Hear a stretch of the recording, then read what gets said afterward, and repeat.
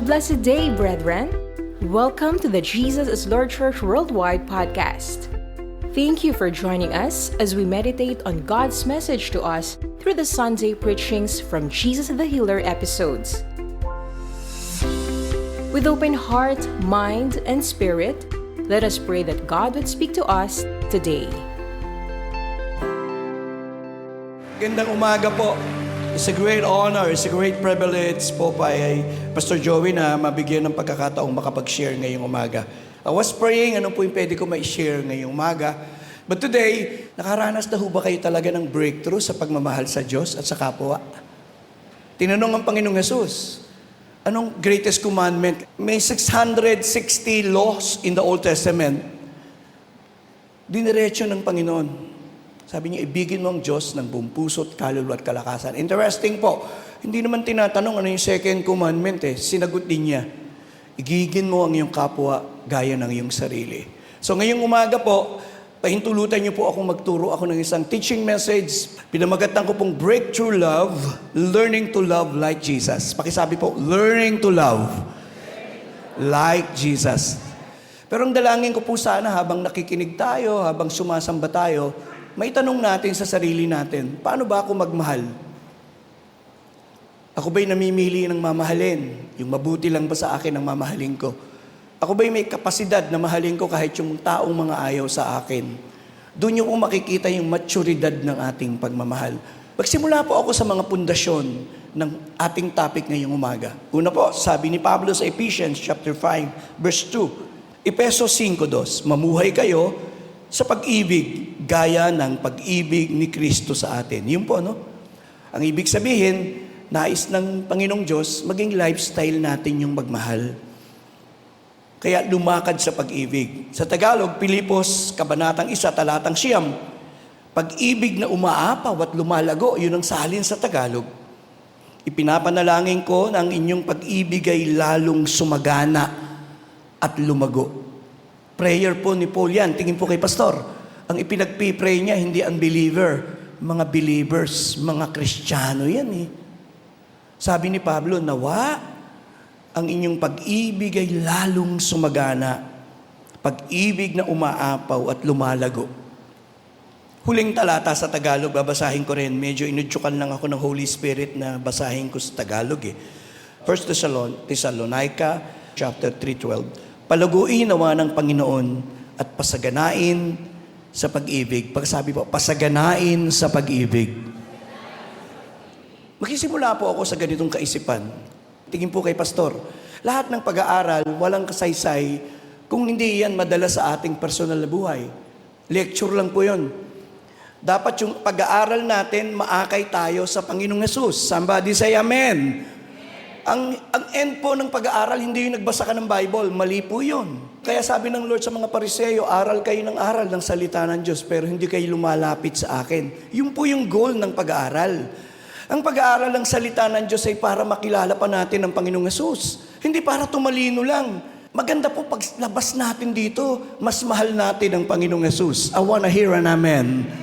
Yun po yung goal ng pag-aaral ng salita ng Diyos.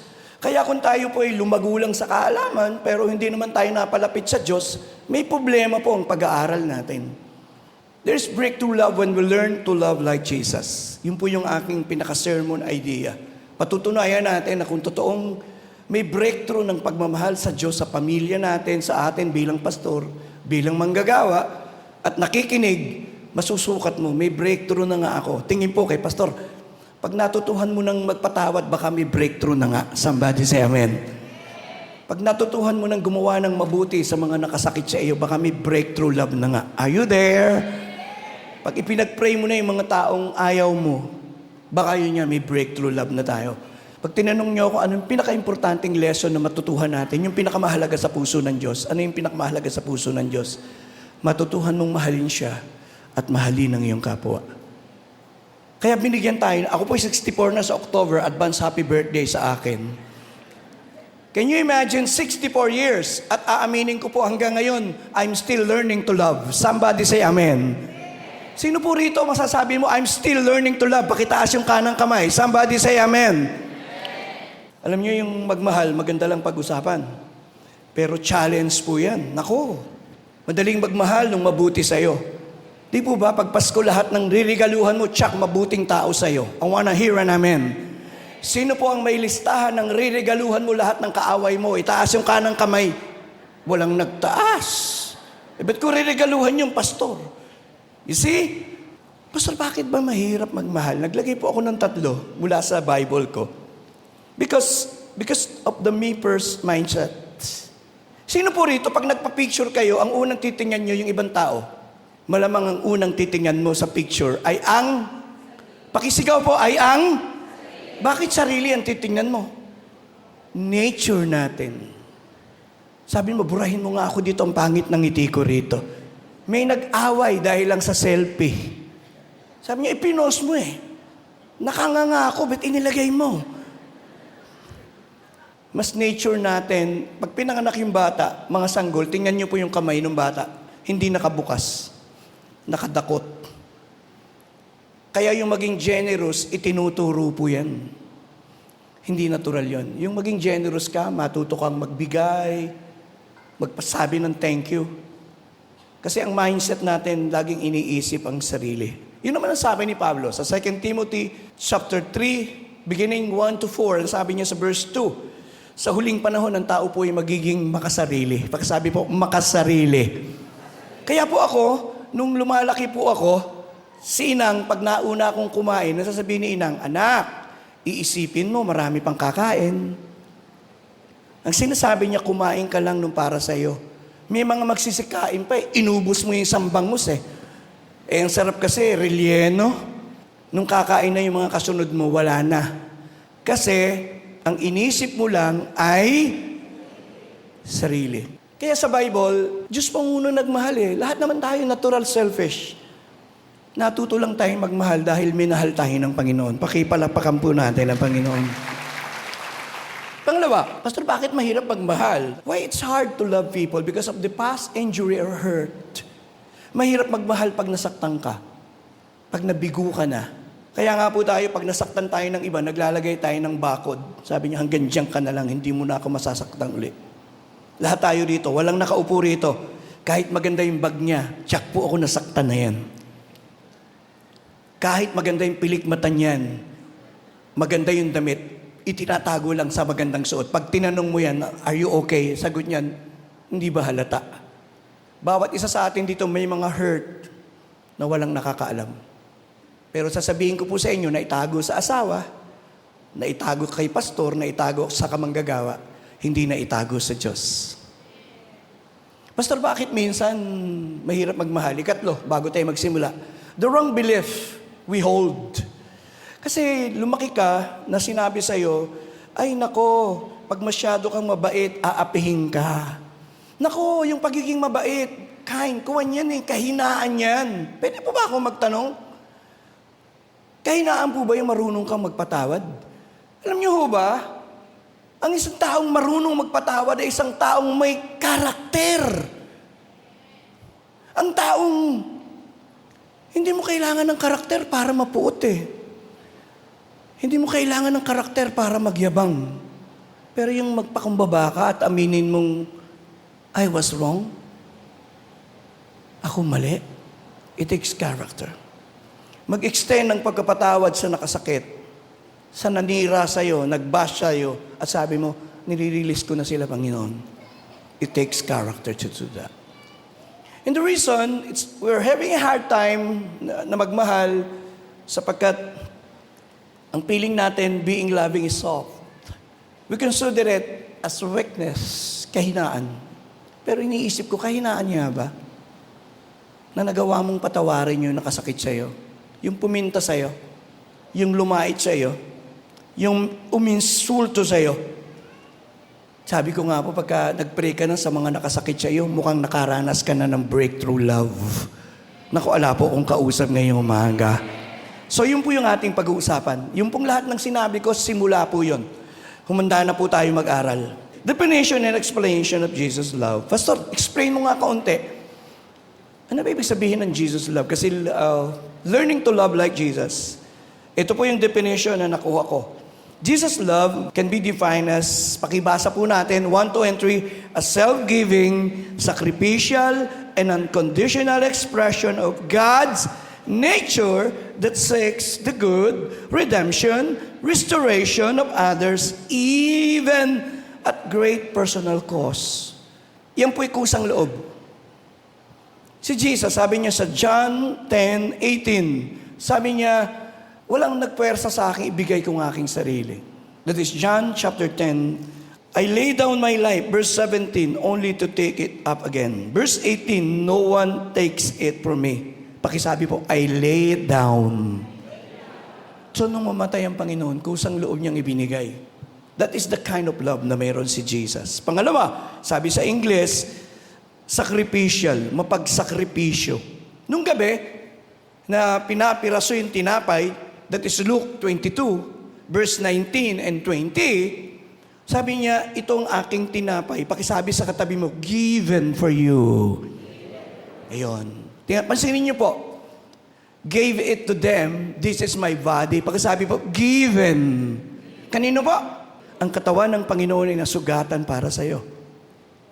Tinaas niya yung saro of the new covenant, which is poured out. Pakisabi mo, poured out. For you. Tinigis niya ang kanyang dugo, hindi para sa sarili niya. That is the best interpretation. Pag si Jesus ang tinanong mo, Panginoon, bakit ka nasugatan para sa iyo? Panginoon, bakit mo itinigis ang iyong dugo? Wala na pong question. Yun ay para sa iyo. Kaya nga sacrificial eh. Sabi po unconditional. Baka sabi po unconditional. Walang kondisyon. Kaya paborito ni Brother Eddie, yung Romans 5 verse 8, ni Bishop Brother Eddie. Sabi niya lagi, kino-quote niya, while we were yet sinners, Christ died for us. Nang mamatay ang Panginoong Yesus, sinners pa tayo. Alam niyo po tayo, minsan, yung tao, sabi niya, dirigaluhan mo kasi karapat-dapat, kasi may nagawa sa'yo. Pero nung mamatay ang Panginoon, hindi tayo karapat-dapat. That's the kind of love. Mark 10:45, Jesus said, the Son of Man did not come to be served, but to serve and to give His life a ransom for many. That is the kind of the love of Jesus. Nung binigay niya ang kanyang buhay at magkatawan tao siya, binigay niya ang kanyang sarili para matubos tayo. Yun yung kind of love of Jesus. Last but not the least, pakisabi po, binanggit kasi sa English yung salitang even at great personal cost. Yung pagmamahal ng Panginoon, nung ibinigay ng Diyos ang kanyang kaisa-isang anak, mataas po yung presyo. Sino po rito may mga anak, taas po ang kamay? Magkagayon man, hindi ko po kayang magbigay ng isa. Selfish ba ako?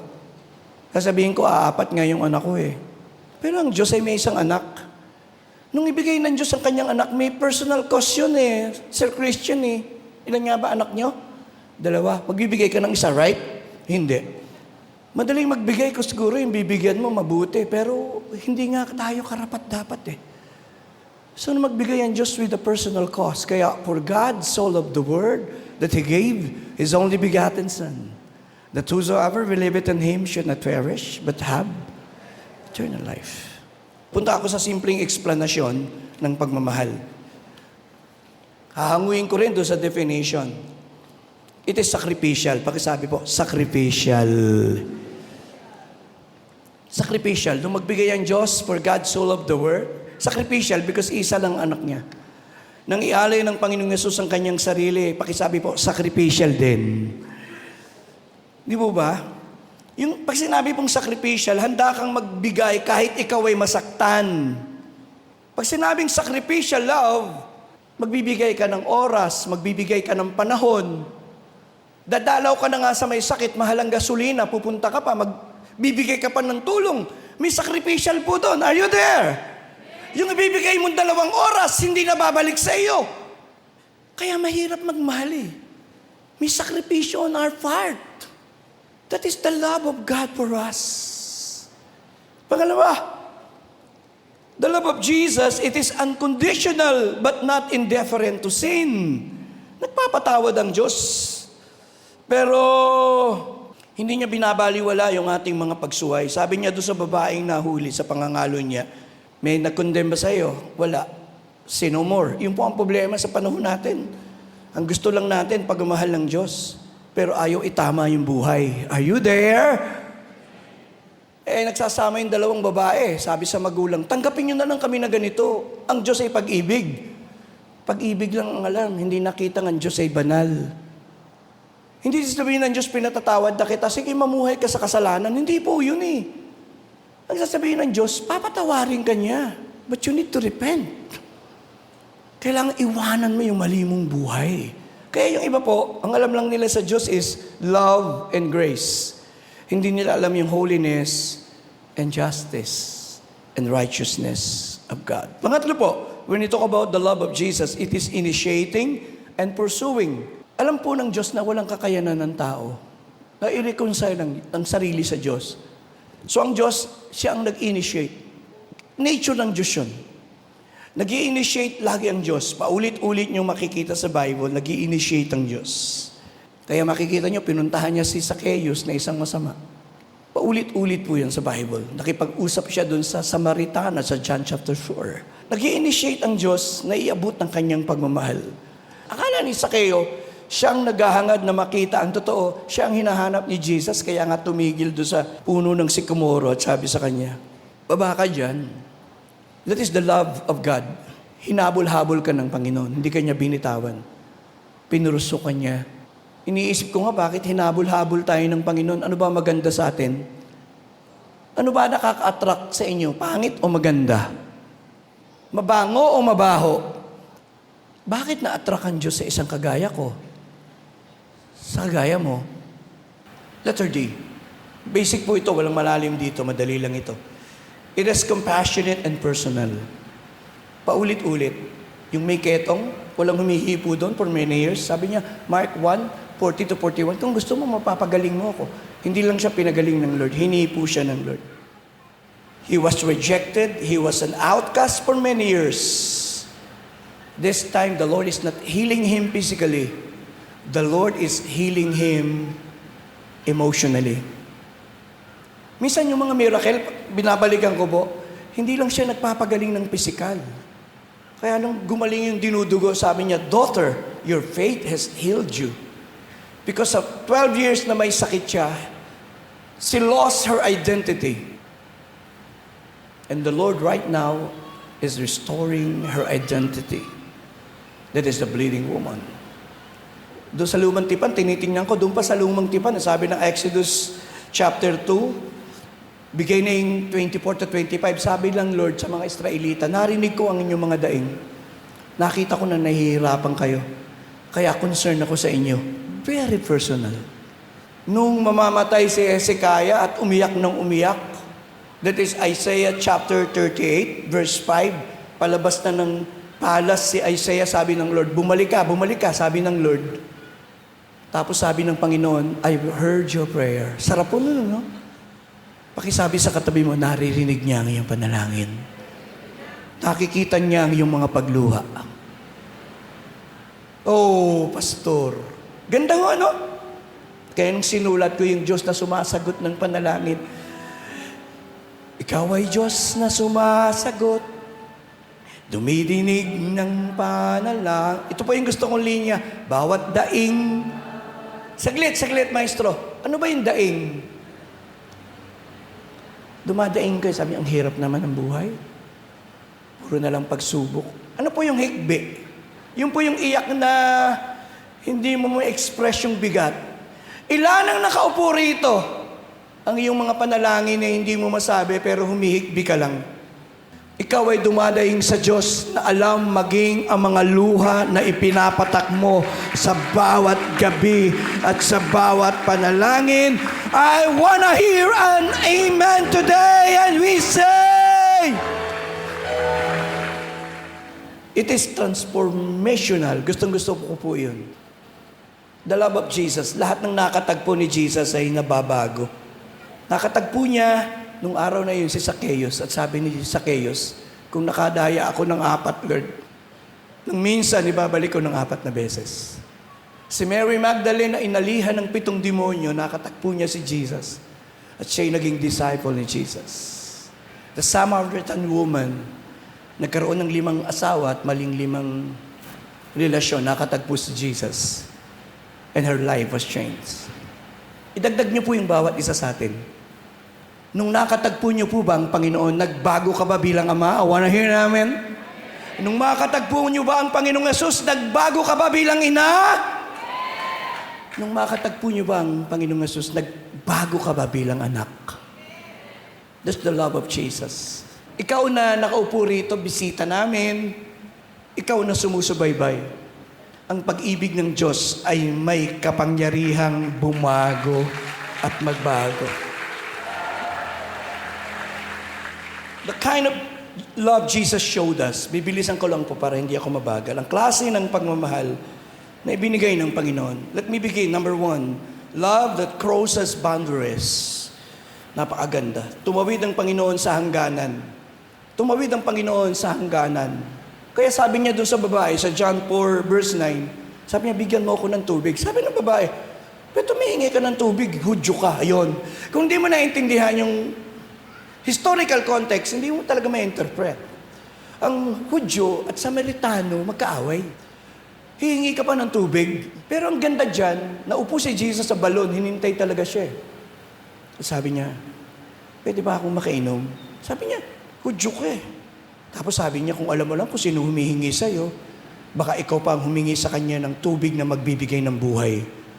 Sabi niya, saan ka kukuha ng tubig na magbibigay buhay? Wala kang timba, wala kang pangkadlo. Naging interesado siya kay Jesus. Kaya nagtaka yung mga alagad, nakikipag-usap siya sa babae, Samaritana pa. Love that crosses boundaries. Verse 25 and 26. Sa haba ng pag-uusap nila, dahil pinag-usapan yung pagsamba.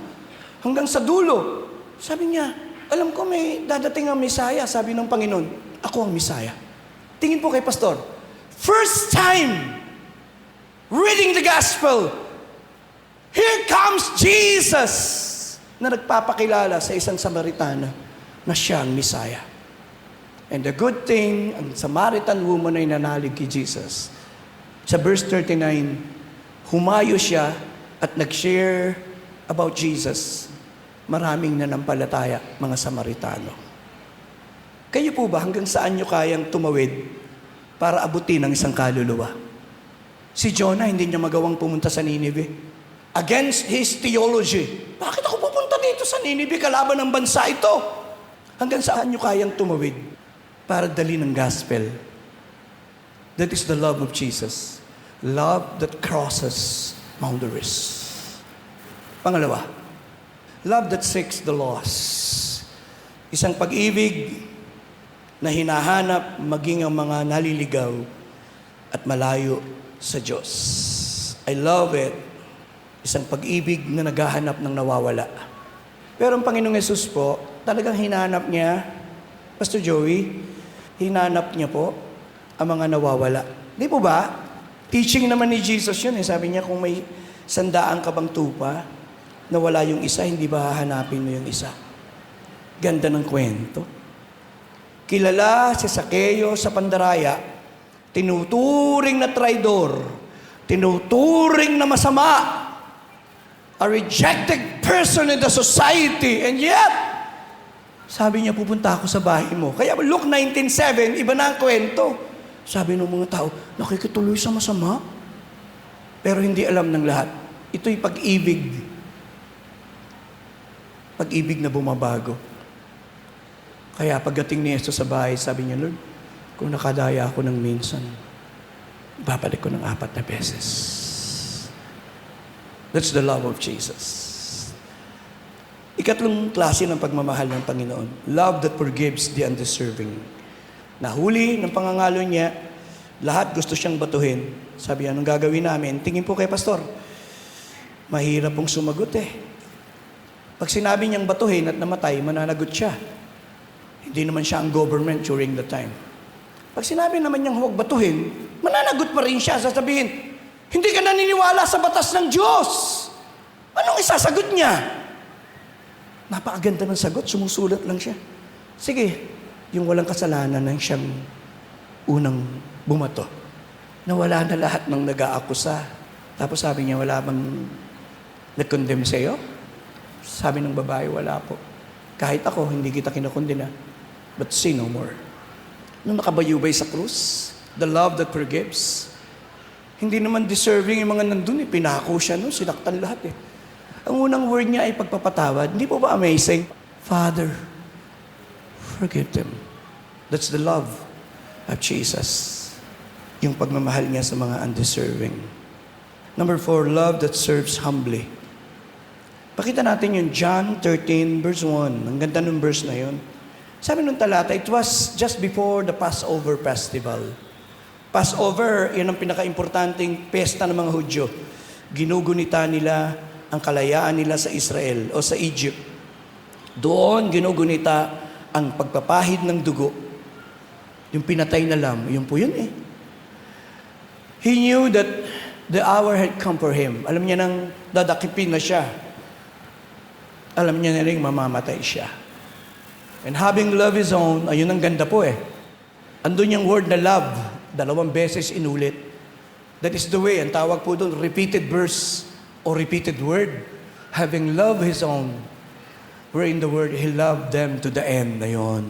So yung context ng paghuhugas ng paa ni Jesus, tingin po kay Pastor, hindi niya lang ginawa yun. Ginawa niya yun ng buong pagmamahal at pagpapakumbaba. Somebody say amen. Yun yung ganda. Yung ating paglilingkod, pagmamahal yun eh. Yung mga nag-ayos ng silya, yung mga kapatid dyan nakakamay sa iyo sa pagpasok. Ginawa nila yun out of love eh. Yun yung nagpapaganda eh. Magbibigay ka out of love. Maglilingkod ka, aawit ka, magbibigay ka ng oras at panahon sa paglilingkod because you love the Lord. Ginawa ng Panginoong Jesus po yun. Hindi po ordinary yun eh. It is revolutionary love. Pastor, bakit po? Kasi yung madaling hugasan yung paa yung mabuti. Eh lahat ng yan, iiwanan si Jesus. Bikausap po ba ako? Lalo na si Judas. Ipagkakanulo siya ni Judas and yet lumuhod si Jesus. Tingin po kay Pastor, hindi naman niya hinawakan yung pinakamalinis na bahagi eh. Ano po yung pinakamaruming bahagi ng panahon na yon? Alin po? Pwede yung paa. Hinawakan niya yung pinakamarumi.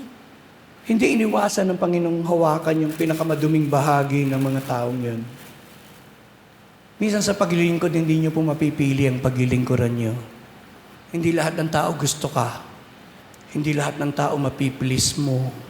But regardless, sino man sila, ayaw sa iyo, gusto sa iyo, sinusungitan ka, iniirapan ka, you still love them. And that is the love of Jesus. Many years ago, sa isang Bible study, maghapon na po akong humayo eh. Dekada 80 yun, nag-church plan pa ako. Punta po ako ng Paumbong, tawid ako ng dagat, naghintay ako ng 2 oras bago dumating yung bangka. Kailangan pagdating ng 1:00 ng tanghali, kailangan makauwi na uli po ako, walang bangka eh. Pagkagaling ko doon, tuloy ako doon sa dulo ng kapitahangan ng Paumbong. Wala po akong sasakyan, nakaangkas po ako sa tricycle. Dala ko po yung gitara. Ako ang worship leader, ako ang pastor. So hapon na po, tumawid ako ng Hagunoy. May Bible study ako doon 7:00. Ang daming tao. 60. Nang marinig ko yung isang matanda, sabi ng matanda, wala bang mas magaling magturo dyan? Maghapon na po akong pagod. Hirap na hirap. At marinig mo yung taong wala bang mas magaling magturo dyan. Ako naman po, hindi naman ako nagdamdam. Umuwi ako, hindi na po ako kumain ng hapunan. Balat sibuyas. Ganun po talaga sa paglilingkod. Sabi ko ng Lord, siguro I am perfect person like Jesus, who loves perfectly, who walk humbly. Siguro lahat ng tao gusto ko. Let me tell you, I was wrong. And the Holy Spirit whisper, bakit si Jesus ba gusto ng lahat? Hindi ba? Kaya nga siya binayubay sa krus, ayaw siya ng tao. Are you listening? Kaya kung ang pangarap mo, gusto ka ng lahat ng tao, kalimutan mo na. But love, we serve people humbly. Regardless, gusto ka, ayaw ka, we just serve the Lord. That is love. Pakipalapakan natin ang Panginoong Diyos. Pang-5 at pang-6, love that has compassion. Nakinig sa Kanya yung mga tao. Wala silang kakanin. Sabi ng Lord, sige. Kinausap si Philip. Nakabites na si Philip eh. Sabi niya, saan tayo kukuha? Sabi niya, naku, tinitest lang ng Lord si Philip. Nang pinaupo, 5 tinapay, 2 isda. Minultiply ng Lord. Pero ang nag-utos sa Panginoon doon, yung kanyang pagmamahal. Nakasalubong ni Jesus yung living, Luke 13, 7 to 15. Nakita niya yung nanay umiiyak, Luke 7:13. Natouch yung heart niya, sabi niya, tumahan ka na. Tapos binuhay yung patay, ililibing, sabi niya, bumangon ka. Bumangon yung patay.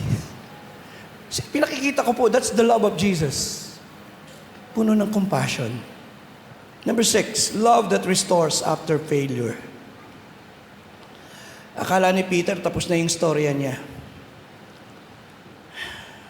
Hinanap siya ni Jesus, nasumpungan siya ni Jesus, nangingisda uli sa John 21. Kinausap siya ni Jesus. Sabi ng Lord, Peter, mahal mo ba ako? Sabi ni Peter, yes, Lord. Sige, alagaan mo yung mga tupa ko. Wow! Nire-restore ng Lord si Peter. Are you listening? 3 beses niyang itinutwa si Jesus. But now, the Lord is simply restoring him pagkatapos ng failure. 3 beses. At alam natin, si Peter na-restore. That is the love of Jesus. Of course, may condition lagi. Tingin po kay Pastor, kung magsisisi, handa namang magpatawad ang Diyos. Ipakita mo yung pagsisisi. Last, and we close with this, love that sacrifices completely. Nung binigay niya ang kanyang sarili, that is the kind of love na wala pong kagaya. Paano ko i-apply yan sa pamilya ko, sa opisina, sa pang-araw-araw na buhay? Yun po. Number 1, para to learn to love like Jesus, by focusing on the needs of others. Huwag nating tingnan yung sarili lang natin. Simulan natin sa bahay. Alam niyo po ba sa bahay namin, lumaki ako. Kasi madami po kami. Ang isang bangos, sinahati. Wala pong kukuha ng ulo. Yung ulo po ay sa tatay ko. May kausap po ba ako? Hindi ko tatangkain yun. Kaya lang, minsan, pagka nagluto si inang ng langgunisa, gusto ko pa isa pa. Tigi-tigisa lang eh. Kaya pag natalikod si inang, kuha pa ako ng isa, itatago ko doon sa sinangag. Akala ko, nakalusot ako. Sabi ni inang, bakit kulang? Nalayo ang tingin ko. Tapos nung nakain ko na, sabi ni inang, yung akin, iyon na lang. See? I grew very selfish. May pagkakataon, nakapila kami doon sa clinic ng kumpare ko. May dumating na hingal. Sabi niya, pwede hubang mauna na ako? Opo. Nakatingin sa akin yung iba. Sabi niya, pinauna mo. Hindi laging madaling paunahin yung iba. Sometimes we need to focus to the needs of others. Then we learn to love like Jesus. Number 2, by being kind to one another. Mabait ka ba sa asawa mo? Nako, ayon po sa survey, ang pinakamasungit na tao, masungit sa asawa. Kaya be kind to one another and tender-hearted. Kaya mahirap yung mabait ka sa lahat pero hindi ka mabait sa asawa mo. Masunuri ng anak mo sa lahat, pagdating sa church, active, pero sa bahay ni maglikpit ng hinigan, hindi kayang ligpitin. Pastor, sige pa. Sometimes, being kind, tingmingin po kayo, simulan nyo ang maging mabuti sa bahay mo. Sa asawa, sa anak, sa kapatid, sa hipag. Minsan may nagbiro sa akin, sabi niya, Pastor, kailan kaya kukunin ng Lord yung biyanang ko? Biro din yung sagot ko. Sabi ko, pag nabago ka na, aminin natin, minsan yung mga kahinaan ng ibang tao, pwedeng gamitin ng Diyos para tuturuan tayo ng pagmamahal at pag-unawa. Palakpakan po natin ang Panginoon. Nako, may kausap pa po ako. Kasi lahat ng inaral natin, baliwala kung hindi madala sa pang-araw-araw. Are you there? How can you learn to love kung doon sa bahay mo hindi mo kayang i-practice yung love? Sabi ko nga, hahangaan ka ng lahat ng tao. Pero pag ang asawa mo at mga anak mo hindi ka hinahangaan, lahat ng paghanga ng tao, baliwala. Pangatlo na po, puro practical na lang po ito eh. By forgiving one another. Minsan, yung mga hindi natin mapatawad, nasa pamilya, nasa church, nakasakit sa atin. May kumpari po akong congressman, nag-iisa lang naman. Ang pangalan nun ay Congressman Pastor Doming. Isang panahon, humingi ako ng payo sa kanya. Sabi ko, pare, anong mapapayo mo? Sabi niya sa akin, pare, sa buhay, minsan, kailangan itayo mo tulay. Pag naglagay ka ng tulay, bawat isa pwedeng tumawid. Pero pag naglagay ka ng dingding, pag may dingding, may division. Tinandaan ko po yun sa paglilingkod sa Diyos. Kumusta po kayo? Ano po ang mga itinayo nyo sa nakaraang linggo? Tulay o dingding? Magkatabi lang kayo mag-asawa pero hindi kayo nag-uusap. Lumapit yung isang member ng church at sabi, Pastor Joey, pakianyayahan po yung kapatid ko sa kasal. Sabi ko, ba't ako mag-aanyaya? Ikaw ay kakasal. 3 taon na po kaming hindi nagbabatian eh. You see? Sometimes we need to forgive people. Pwede mo pang itaas natin yung ating kanang kamay, Lord. Ang mga nakasakit sa amin, the people who malign us, who hated us, who speak negatively to us, Lord, gusto namin ng breakthrough. Sa pagmamahal, pinatatawad namin sila ngayong umaga. Pinatatawad namin sila ngayong umaga. Babaan niyo po yung kamay. That is breakthrough love. Nagkaroon ng breakthrough kasi you forgive. Yung hindi mo binabati, bigla mong binati. That's breakthrough. Why? Binaba mo yung pride mo. Yung mga taong ayaw mo, nagsimulang ipag-pray mo. Pwede bang itaas natin yung kanang kamay? Practice po, no? May mga nakasakit ba sa inyo? Pwede nyo sabang i-bless sa inyong simpleng prayer. Pastor, mahirap. Hindi ko sinasabing madali. Pero gusto mo ng breakthrough love eh. Sa mga nakasakit sa amin, sa mga taong ayaw kami, Lord, we still pray for them. May you bless them today. In Jesus' name. And we say amen. Pakipalapakan natin ang Panginoon. Number 4, by serving one another in love. Gusto kong paglingkuran yung asawa ko. Kung may pagkakataon ako, gusto kong mapaglingkuran yung mga anak ko. Gusto kong kalaro yung aking apo. Sabi ko, ito yung way ko para mapaglingkuran ko yung pamilya ko. Because I'm always busy in the church. May mga panahon na wala akong panahon sa kanila. Ang daming plano, hindi matuloy kasi si Daddy maraming gagawin. Hanggang isang araw, nakabook na yung pagpunta. Tago na lang natin yung lugar sa pangalang Subic. Oo, nag-book na ng hotel, mag-swimming, may meeting. Sabi ko, magpapaalam ako kay Kuya Ed. Sabi niya, gawin mo. Kasi first time ito eh. Nagpaalam ako kay Kuya Ed. Sabi niya, sige, go ahead. Unahin mo yung pamilya mo. Naku, ang saya ng mga anak ko. Ako nag-drive. Naligo, nagkainan, ang saya-saya. The following day, kaibigan ko po yung aking mga anak sa Facebook. Kayo po ba kaibigan ng mga anak niyo sa Facebook o binlock na kayo? Pinost nung panganay kong anak yung picture na masaya, lumulundag, kakainan, nakalagay doon, hindi na picture, totoo na. Okay ho, natawa. Ako ho, naiyak. Ito pala yung pakiramdam ng mga anak ko na laging mas mahalaga yung ministry. Mahalaga lagi yung ibang tao. Then I learned, I want to serve them in love. 5, 6, 7, by bearing one another's burden. Basic po ito eh. May kabigatan, kapatid, manugang, abutin natin sila sa panalangin. Pwede po bang humingi kayo ng pahintulot sa katabi nyo ngayong umaga? Hingi kayo ng pahintulot. Pakisabi mo sa kanya, pwede ba akong mag-pray? Minsan pakinig-kinig lang tayo ng salita ng Diyos eh. Di po ba? Mas maganda may i-apply natin yung nagpipray po yung pamilya, kababagyo lang eh. Christian eh. Sabi ng tatay, dakilang Diyos ng kalangitan, nakita ko pong natangay ang mga bubong ng kapitbahay. Mag-supply po kayo. Panginoon, nakita ko po wala silang kakanin. Yung anak, lumapit sa kanya. Dinudukot yung wallet. Sabi niya, anak, nagpipray tayo. Sabi ng anak, sasagutin ko po yung prayer nyo. Minsan we are very spiritual. Pero pagdating sa practical, kaya I ask you to stand up today. Humakbang ka ng ilan, sabi mo, pagpipray kita. That is act of love. And I pray today, sana po yung mensaheng ito ay makapenetrate sa ating puso.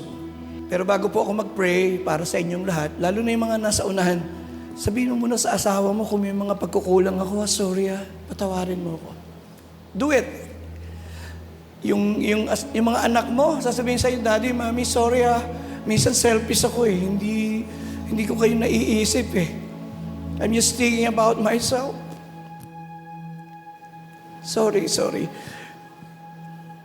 Don't assume that we are Christians, puno tayo ng pagmamahal. Minsan ina-assume natin we're good No. Face to face with God, ngayong araw na to, may encounter natin ng Lord. Sabi mo, Lord, narinig ko yung salita mo Gusto kong maging better father pa. Gusto kong maging better mother pa. Gusto kong maging better na asawa. Alam niyo po, I sense the anointing of God. Dito ang gusto ng Lord ngayong umaga. Magkaroon ng breakthrough sa mga pamilya natin. Higit na pagmamahal, higit na pag-unawa sa isa't isa. Siya po ang unang nagmahal sa atin. Kakausapin ko yung mga anak, hindi niyo alam kung gaano sakripisyo at pagmamahal ng inyong mga magulang. Mula sa pagbubuntis sa inyo, mula sa ihatid kayo doon sa kindergarten, nakikita ko itong mga may bit-bit na maliliit na anak. Sana paglaki nila, matandaan nila paano sila inalagaan, pinalaki. Maraming anak hindi alam ang sakripisyo ng magulang.